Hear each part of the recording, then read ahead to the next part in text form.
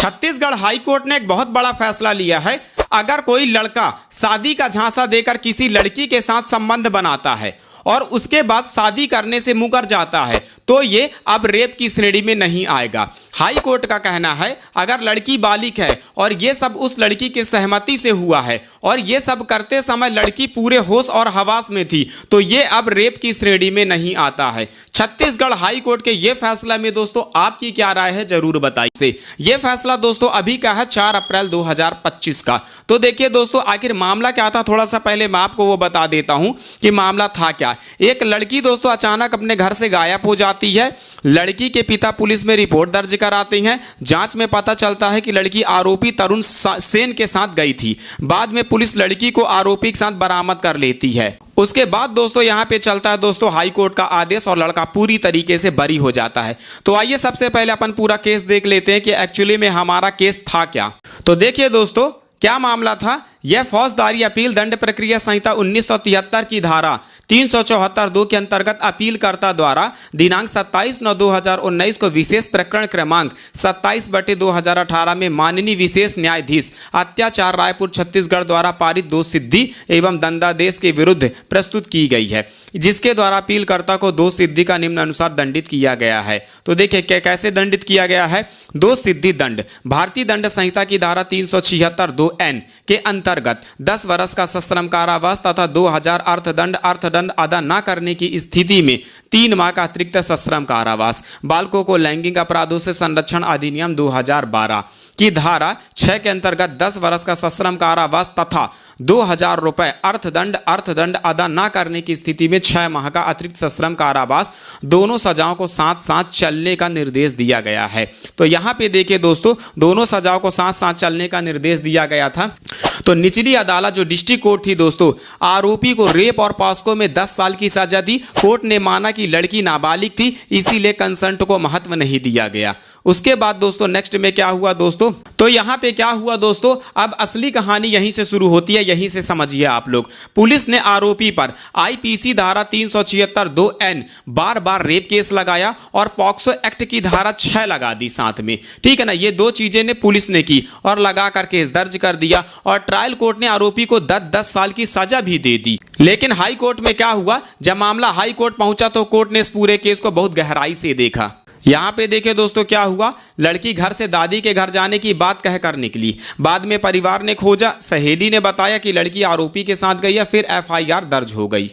अभियोजन पक्ष ने अपने मामले को सिद्ध करने के लिए कुल 14 गवाहों का परीक्षण कराया। अपीलकर्ता का कथन भी दंड प्रक्रिया संहिता की धारा 313 के अंतर्गत दर्ज किया गया, जिसमें उसने अपने विरुद्ध प्रस्तुत सभी आरोपजनक साक्ष्यों से इनकार किया तथा स्वयं को निर्दोष बताते हुए झूठा फंसाए जाने की बात कही। हालांकि अपने बचाव के समर्थन में उसके द्वारा किसी भी गवाह का परीक्षण नहीं कराया गया। किसका परीक्षण नहीं कराया गया दोस्तों, अभियोजन पक्ष यानी कि जो आरोपी था उसके पक्ष में नहीं कराया। आरोपी के वकील ने कहा लड़की खुद बोल रही है कि उसकी उम्र 18+ थी, सही एज ऑफ प्रूफ नहीं है, कई गवाह हॉस्टाइल हो गए, स्कूल रिकॉर्ड भरोसेमंद लायक नहीं है, ये आरोपी के वकील ने कहा। उसके बाद दोस्तों नेक्स्ट क्या हुआ, सिर्फ स्कूल में लिखी डेट से किसी की उम्र साबित नहीं हो जाती। उसके बाद दोस्तों पक्षकारों के अधिवक्ता को सुनने तथा अभिलेख पर उपलब्ध साक्ष्यों का मूल्यांकन करने के उपरांत विचारण न्यायालय ने दिनांक 27/9/2019 के विवादित निर्णय द्वारा आरोपी अपीलकर्ता को इस निर्णय में ऊपर वर्णित अनुसार दोष सिद्ध कर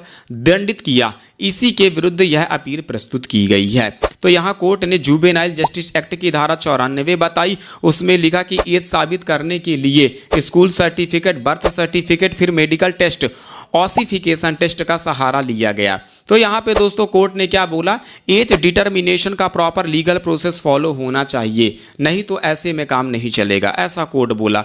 उसके बाद दोस्तों देखिए क्या हुआ, अपीलकर्ता के विद्वान अधिवक्ता ने प्रस्तुत किया कि दिनांक 27/9/2019 का विवादित निर्णय विकृत, त्रुटिपूर्ण तथा विधि, तथ्य एवं प्रकरण की परिस्थितियों के विपरीत है। पीड़ित ने स्वयं अपने परीक्षण में यह कहा कि उसकी आयु 18 वर्ष से अधिक है। इसके अतिरिक्त ऐसा कोई वैध दस्तावेजी साक्ष्य उपलब्ध नहीं है जिससे यह निश्चित रूप से सिद्ध हो सके कि घटना के समय पीड़ित की आयु 18 वर्ष से कम थी। अभियोजन पक्ष के महत्वपूर्ण गवाहों ने अभियोजन के मामले का समर्थन नहीं किया तथा वे शत्रुतापूर्ण हॉस्टाइल हो गए। धारा 161 दंड प्रक्रिया संहिता की अंतर्गत दर्ज केस डायरी के कथनों तथा न्यायालयों में दिए गए बयानों में गंभीर विरोधाभास एवं चूकें हैं जिन पर विश्वास नहीं किया जा सकता। अतः उन्होंने प्रार्थना की कि दिनांक 27/9/2019 के विवादित निर्णय को निरस्त किया जाए तथा न्याय हित में अपीलकर्ता को उसके विरुद्ध लगाए गए गंभीर आरोपों में दोष मुक्त किया जाए। तो दोस्तों यहाँ पे हाई कोर्ट ने देखा केवल स्कूल रजिस्टर लगाया गया, रजिस्टर बनाने वाले को कोर्ट में नहीं बुलाया गया, बर्थ सर्टिफिकेट नहीं दिया, ओसिफिकेशन टेस्ट भी यहाँ पे नहीं कराया, इसीलिए कोर्ट ने कहा एज लीगली प्रूफ नहीं हुई है। ये सबसे इंपॉर्टेंट हिस्सा था क्योंकि उस लड़की का दोस्तों एज जो है वो प्रॉपर कानूनी तरीके से प्रूफ नहीं हुई थी। दूसरी ओर राज्य की ओर से उपस्थित विद्वान अधिवक्ता ने अपीलकर्ता के अधिवक्ता द्वारा की गई प्रार्थना का विरोध करते हुए संबंधित विचारण न्यायालय द्वारा पारित विवादित निर्णय का समर्थन किया। उन्होंने कहा कि घटना की तिथि पर अभियोजिका एक नाबालिग बालिका थी जिसकी आयु 18 वर्ष से कम थी। अतः यदि अपीलकर्ता और अभियोजिका के बीच प्रेम संबंध भी था तब भी अपीलकर्ता द्वारा किया गया कृत्य उसे उपयुक्त धाराओं के अंतर्गत दोष सिद्ध किए जाने हेतु उत्तरदायी बनाता है। इसीलिए विवादित निर्णय पूर्णतः विधि सम्मत है और वर्तमान अपील निरस्त किए जाने योग्य है। तो ऐसा दोस्तों यहाँ पे कौन बोल रहा है? दोस्तों विद्वान अधिवक्ता बोल रहे हैं। उनका कहना क्या है कि लड़की ने कोर्ट में कहा स्कूल में गलत जन्म तिथि लिखी गई थी, उसकी असली डीओबी यानी कि डेट ऑफ बर्थ अलग थी, वह आरोपी से फोन पर बात करती थी, उसने खुद आरोपी से कहा कि मुझे अपने साथ ले चलो, दोनों होटल में साथ में रहे। लड़की ने कहीं भी यह नहीं कहा कि आरोपी ने जबरदस्ती संबंध मेरे साथ बनाए हैं। उसके बाद देखिए क्या हुआ नेक्स्ट। मैंने दोनों पक्षों के विद्वान अधिवक्ताओं को विस्तार पूर्वक सुना तथा अभिलेख का अत्यंत सावधानी पूर्वक अवलोकन किया। तो यहाँ पे दोस्तों क्या होता है कि मेडिकल रिपोर्ट में क्या मिला? डॉक्टर ने कहा शरीर पर इंजरी नहीं है, प्राइवेट पार्ट पर चोट नहीं है, लड़की सेक्सुअल रिलेशन की हैबिटेड थी, यानी कि इससे प्रोसिक्यूशन की कहानी यहाँ पे क्या हुई? कमजोर हो गई। उसके बाद क्या हुआ? Juvenile justice care and protection act of children, ठीक है ना। तो यहाँ पे एक्ट 2015 की धारा 94 बालक की आयु के अनुमान एवं निर्धारण का प्रावधान करती है। उक्त धारा निम्न अनुसार है। तो यहाँ पे देखिए दोस्तों यहाँ पे क्या हुआ वो मैं आपको बताता हूँ, ठीक है। तो जहाँ इस अधिनियम के किसी भी प्रावधान के अंतर्गत साक्ष्य देने को छोड़कर समिति बोर्ड समक्ष व्यक्ति के स्वरूप दिखावट के आधार पर स्पष्ट प्रतीत होता है कि वह व्यक्ति एक बालक है, वहाँ समिति बोर्ड यथास्थिति बालक की आयु का यथासंभव उल्लेख करते हुए ऐसा अवलोकन अभिलिखित करेगा। आयु के आगे पुष्टि की प्रतीक्षा किए बिना धारा 36 के अंतर्गत जांच की कार्यवाही की जाएगी।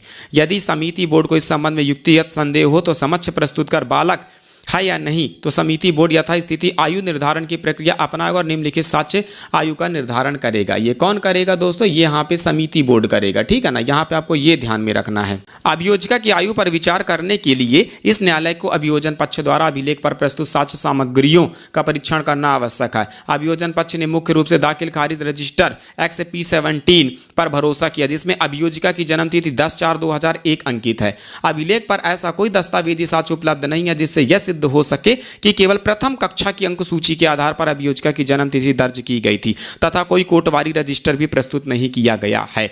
यहां तक कि अभियोजिका का अस्थि परीक्षण कभी नहीं कराया गया। तो यहां पे ना तो उसकी हड्डी का परीक्षण कराया यानी कि ऑसिफिकेशन का मतलब होता है कि डॉक्टर लोग एक टेस्ट करते हैं और हड्डियों से जान जाते हैं कि इसकी उम्र लगभग कितनी थी, तो वो भी नहीं हुआ। सिर्फ रजिस्टर दिया गया और जन्म तिथि 2021 में थी दोस्तों यहाँ पे रजिस्टर में। तो यहाँ पे दोस्तों अभियोजिका पक्ष यानी कि दोस्तों वो प्रूफ यहाँ पे नहीं कर पा रहे थे। मेन यहाँ पे दोस्तों बात ये हो गई कि वो लोग यहाँ पे प्रूफ कर ही नहीं पा रहे थे। और सबसे बड़ी बात क्या थी कि लड़की खुद बोल रही थी। और यहाँ पे दोस्तों क्या हुआ, सुप्रीम कोर्ट के पुराने फैसलों का सहारा लिया गया और इनके वकील साहब ने क्या किया दोस्तों, आरोपी के जो वकील साहब थे लड़के पक्ष से साइड से सिर्फ ट्रांसफर सर्टिफिकेट या स्कूल रजिस्टर से उम्र तय नहीं हो सकती, डेट ऑफ बर्थ किस आधार पर लिखी गई थी यह साबित करना जरूरी है। कोर्ट ने खास तौर पर यह सुप्रीम कोर्ट जजमेंट इस्तेमाल किया अलमेलू वर्सेस स्टेट ऑफ तमिलनाडु। तो एक पक्ष दोस्तों यहाँ पे ये हो गया। अभियोजिका की आयु के संबंध में ऐसा कोई विधि सम्मत एवं ग्राह्य साक्ष्य उपलब्ध नहीं है जिससे यह सिद्ध हो सके घटना की तिथि पर वह नाबालिग थी तथा उसकी आयु 18 वर्ष से कम थी। विद्यालय प्रवेश एवं त्याग रजिस्टर के लेखक का परीक्षण न किए जाने के कारण उस रजिस्टर को अभियोजिका की आयु निर्धारित करने हेतु विचार में नहीं लिया जा सकता। विद्यालय प्रवेश एवं त्याग रजिस्टर एक कमजोर प्रकार का साक्ष्य है। अभियोजन पक्ष द्वारा ना तो कोई कोटवारी रजिस्टर और ना ही कोई अस्थि परीक्षण प्रस्तुत की गई जिससे घटना की तिथि उसकी वास्तविक वास्तविकता आयु की निर्धारित की जा सके। यानी कि दोस्तों वो जो लड़की थी उसकी दोस्तों 18 वर्ष से आयु ज़्यादा थी, उससे कम नहीं थी। अभियोजिका PW1 ने अपने कथन में कहा कि दाखिल खारिज रजिस्टर में उसकी जन्म तिथि गलत रूप से दर्ज है, 10/4/2001 अंकित की गई, जबकि उसकी जन्म तिथि 10/4/2000। यानी कि लड़की खुद ही यहाँ पे बोल रही है कि जो उसके रजिस्टर में उम्र लिखा वो गलत है और जो सही उम्र है वो 2000 है। यानी कि लड़की यहाँ पे दोस्तों उसके पक्ष में थी और वो सही अपना बयान दे रही थी। उसके बाद दोस्तों यहाँ पे Alamelu and other versus state respondent of inspector of police 2011 SCC 385 के माननीय सर्वोच्च न्यायालय ने प्रतिपादित किया कि किसी शासकीय विद्यालय द्वारा जारी प्रधान अध्यापक द्वारा विधिवत हस्तांतरित स्थानांतरण प्रमाण पत्र transfer certificate Indian evidence act 1872 की धारा 35 के अंतर्गत साक्ष्य के रूप में ग्राह्य होगा। तथापि अभियोजिका की आयु सिद्ध करने के लिए ऐसे दस्तावेज का साक्ष्यात्मक मूल्य अधिक नहीं होगा यदि उस आधार सामग्री का अभाव हो जिसके आधार पर आयु दर्ज की जाती है। यानी कि दोस्तों ये जो जजमेंट था, इस जजमेंट में सुप्रीम कोर्ट ने एक आदर्श पहले से फैसला सुना रखा था। किसके लिए? कि जन्म तिथि के लिए। अभियोजिका, उसके पिता तथा अन्य अभियोजन गवाहों के कथनों के अवलोकन एवं अभियोजन द्वारा संकलित साक्ष्यों पर विचार करने के उपरांत मुझे यह प्रतीत होता है कि अभियोजन पक्ष द्वारा ऐसा कोई ठोस निर्णायक एवं विधि सम्मत ग्राह्य साक्ष्य प्रस्तुत नहीं किया गया जिससे यह सिद्ध हो सके कि घटना की तिथि पर अभियोजिका नाबालिग थी तथा उसकी आयु 18 वर्ष से कम थी, जबकि विचारण न्यायालय ने विवादित निर्णय में अभियोजिका को नाबालिग माना है। ऐसा कौन कह रहा है? छत्तीसगढ़ हाई कोर्ट ऐसा बोल रहा है और वो ये भी माना दोस्तों कि वो 18 वर्ष से कम नहीं थी। ये निचली अदालत ने जो माना था वो विवादित निर्णय में अभियोजिका नाबालिग माना था, ऐसा हाई कोर्ट कह रहा है डिस्ट्रिक्ट कोर्ट को। उसके बाद नेक्स्ट में दोस्तों यहाँ पे क्या हुआ? अतः यह न्यायालय विचारण न्यायालय द्वारा यह दिए गए उस निष्कर्ष को निरस्त करना उचित समझता है कि घटना की तिथि पर पीड़िता नाबालिग थी क्योंकि अभियोजन पक्ष उच्च तथ्य एवं ठोस निर्णायक साक्ष्यों द्वारा सिद्ध करने में असफल रहा है, ऐसा हाई कोर्ट बोल रहा है। यहाँ पे दोस्तों प्रोसिक्यूशन यह साबित नहीं कर पाया कि लड़की नाबालिग थी और जबरदस्ती साबित नहीं हुई। यहाँ पे दोस्तों जो लड़की का था वो कंस्टेंटिंग पार्टी थी, यानी कि दोस्तों मामला प्रेम संबंध और इम्प्लॉयमेंट जैसा लगता था। रेप और पॉस्को दोनों साबित यहाँ पे नहीं हुए। उसके बाद दोस्तों क्या हुआ? यहाँ पे देखिए PW1 अभियोजिका ने अपने कथन में कहा कि वर्ष 2018 में आरोपी अपील करता एक होटल में वेटर का कार्य करता था। उसी समय आरोपी अपील करता ने उसे एक मोबाइल फोन दिया था जिसके माध्यम से दोनों आपस में बातचीत करते थे। अभियोजिका ने यह भी कहा कि उसने फोन पर आरोपी अपील करता से कहा था कि वह गरियाबंद में नहीं रहेगी और वह उसे वहां से अपने साथ ले जाए। आरोपी अपील करता ने उसे अपने साथ ले जाने से मना कर दिया, जिस पर अभियोजिका ने कहा कि यदि उसे अपने साथ नहीं ले जाएगा तो वह आत्महत्या कर लेगी। ऐसा कौन बोली? लड़की बोली लड़के को, अगर तुम मेरे को नहीं लेके गए तो मैं अपनी आत्महत्या कर लूंगी। इसके बाद दिनांक 6/7/2018 को आरोपी अपील करता गरियाबंद आया और उसे अपने साथ ले गया। दोनों कुछ समय तक कुम्हारी के एक होटल में ठहरे जहां उनके बीच शारीरिक संबंध स्थापित हुए। तत्पश्चात दिनांक 18/7/2018 को अभियोजिका के चाचा तथा पुलिस उसे वापस गरियाबंद ले जाने आए, यानी कि उनके चाचा और पुलिस में कंप्लेंट डाल के उनको यहाँ से वापस ले गए। उसके बाद नेक्स्ट में क्या हुआ? अभियोजन पक्ष द्वारा प्रस्तुत साक्ष्यों के सूक्ष्म परीक्षण से यह स्पष्ट होता है कि अभियोजिका ने कहीं भी यह उल्लेख नहीं किया कि किसी भी समय अपीलकर्ता ने उसके साथ जबरन शारीरिक संबंध स्थापित किया। यानी कि ऐसा कहीं भी पूरे केस में दोस्तों ये चीज़ पूरे केस में कोई भी एविडेंस नहीं आया और ऐसा लड़की बिल्कुल भी नहीं बोली कि लड़का ने उसके साथ जबरदस्ती शारीरिक संबंध स्थापित किया है, बल्कि वो ये बोली कि वह अपनी मर्जी से उसके साथ शारीरिक संबंध बनाई थी, बल्कि यह शारीरिक संबंध दोनों की पारस्परिक सहमति से स्थापित हुए थे। उसने अपने कथन में कहा, लड़की ने क्या कहा कि वह स्वयं उसके साथ गई थी, लड़का जबरदस्ती नहीं भगाया था, लड़की खुद गई थी और कुछ दिनों तक उसके साथ रही। उसके चाचा एवं पुलिस केवल उसे वापस घर ले गए और उसके पश्चात प्रथम सूचना रिपोर्ट FIR दर्ज कराई। यह तथ्य दर्शाता है कि अभियोजिका सहमति देने वाली पक्षकार थी। यहाँ तक कि डॉक्टर PW9 ने भी अपने बयान में कहा कि उसे पीड़िता के शरीर अथवा उसके गुप्तांगों पर कोई बाहरी आंतरिक चोट नहीं मिली। द्वितीयक लैंगिक अंग पूर्णतः विकसित थे तथा अभियोजिका यौन संबंध स्थापित करने के लिए अभ्यस्त थी। यानी कि लड़की पहले से यौन संबंध स्थापित करने के लिए दोस्तों अभ्यस्त थी और दोनों के बीच में प्रेम संबंध था यहाँ पे उनके बीच में, और बहुत बढ़िया दोनों का प्यार था। इसी कारण दोनों लोग सहमति से भागे और सहमति से दोनों के बीच में शारीरिक संबंध भी बना। उसके बाद हाई कोर्ट क्या बोला दोस्तों, इस प्रकार प्रकरण के समस्त तथ्यों एवं परिस्थितियों, विशेष रूप से अभियोजिका की आयु तथा उसके आचरण से संबंधित साक्ष्यों पर विचार करने पर यह न्यायालय इस मत पर पहुंचा है कि आयोजिका की आयु स्थापित सत्यापित नहीं हुई है तथा अभियोजन पक्ष यह सिद्ध करने में असफल रहा है कि घटना के समय अभियोजिका नाबालिग थी। साथ ही अभियोजिका सहमति देने वाली पक्षकार थी तथा यह मामला प्रेम पूर्वक साथ चले जाने का प्रतीत होता है। अतः प्रकरण के उपयुक्त तथ्यों एवं परिस्थितियों में अपीलकर्ता के विरुद्ध उपयुक्त धाराओं के अंतर्गत अपराध सिद्ध नहीं होता, ऐसा हाई कोर्ट ने कहा। यहाँ पे किसी भी प्रकार का दोस्तों आरोप सिद्ध नहीं हुआ। जो यहाँ पे डिस्ट्रिक्ट कोर्ट ने सजा सुनाया था वो गलत सजा सुनाया था, ऐसा हाई कोर्ट का कहना था।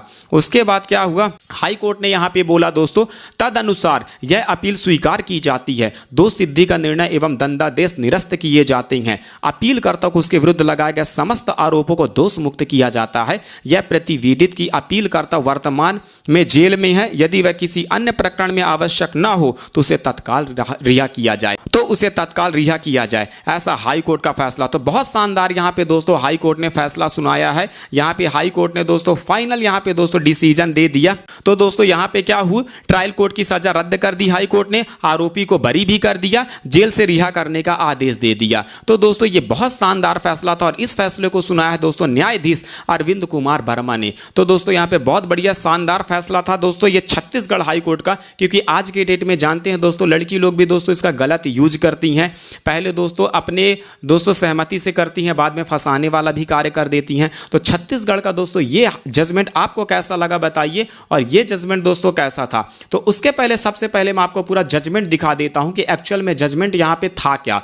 तो यहां पे देखिए दोस्तों, छत्तीसगढ़ उच्च न्यायालय आपराधिक अपील क्रमांक 1806/2019, तरुण सेन पिता श्री अशोक सेन, आयु लगभग 19 वर्ष, निवासी वार्ड क्रमांक 8, डाक बंगला, आवास पारा, थाना गरियाबंद, जिला रायपुर, छत्तीसगढ़। ये अपील करता था बनाम छत्तीसगढ़ राज्य मजिस्ट्रेट के माध्यम से जिला रायपुर, छत्तीसगढ़। ये प्रतिवादी थे, ये अपील करता था और ये प्रतिवादी थे। और दोस्तों अपीलकर्ता की ओर से श्री अनुराग खत्री अधिवक्ता थे और प्रतिवादी की ओर से थे श्री ऋषभ सिंह देव पैनल अधिवक्ता थे। और इस दोस्तों फैसला को बहुत शानदार तरीके से सुनाया है हमारे माननीय न्यायमूर्ति श्री अरविंद कुमार वर्मा, न्यायाधीश बोर्ड आदेश 4/4/2025 का फैसला है। तो दोस्तों आप सभी को मैं बता दूं कि आम जनता के लिए इससे क्या मतलब है। इस फैसले से कोर्ट ने बहुत महत्वपूर्ण बातें साफ की हैं, इसका आपको ध्यान में रखना है। सिर्फ स्कूल रिकॉर्ड उम्र का पक्का सबूत नहीं है, पहली चीज ये कोर्ट ने समझा दिया, ठीक है ना। दूसरी चीज कंसेंट और फोर्स अलग चीजें हैं। देखो फोर्स यानी जबरदस्ती करना और कंसेंट यानी कि सहमति से उसके साथ संबंध बनाना।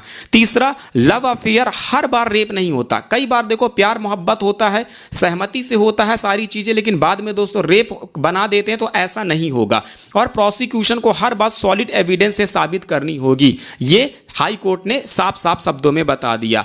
और कोर्ट का संकेत क्या है दोस्तों, कोर्ट ने साफ संकेत दिया, किसी व्यक्ति को केवल शक या अधूरे रिकॉर्ड के आधार पर गंभीर अपराध में दोषी नहीं ठहराया जा सकता, खासकर तब जब लड़की खुद सहमति की बात कर रही हो, जैसे कि इस केस में लड़की खुद लड़के के पक्ष में और सहमति की बात कर रही है। दोस्तों देखो कानून भावनाओं से नहीं सबूतों पर चलता है। हाई कोर्ट ने साफ कहा जब उम्र साबित नहीं हुई और संबंध सहमति से थे तब रेप और पास्को का अपराध साबित नहीं माना जा सकता है, इस चीज का विशेष ध्यान रखना। तो दोस्तों उम्मीद करता हूं आपको यह जानकारी बहुत अच्छी लगी होगी। ये दोस्तों हाई कोर्ट का फैसला आपको जान के बहुत अच्छा लगा होगा। कभी भी अगर आपके साथ ऐसा कुछ होता तो आप इस जजमेंट का यूज कर सकते हैं। तो दोस्तों आप हमारे इस चैनल को दोस्तों सब्सक्राइब कीजिए, लाइक कीजिए, कमेंट कीजिए और हमारे इस वीडियो को ज़्यादा से ज़्यादा शेयर कीजिए। धन्यवाद दोस्तों।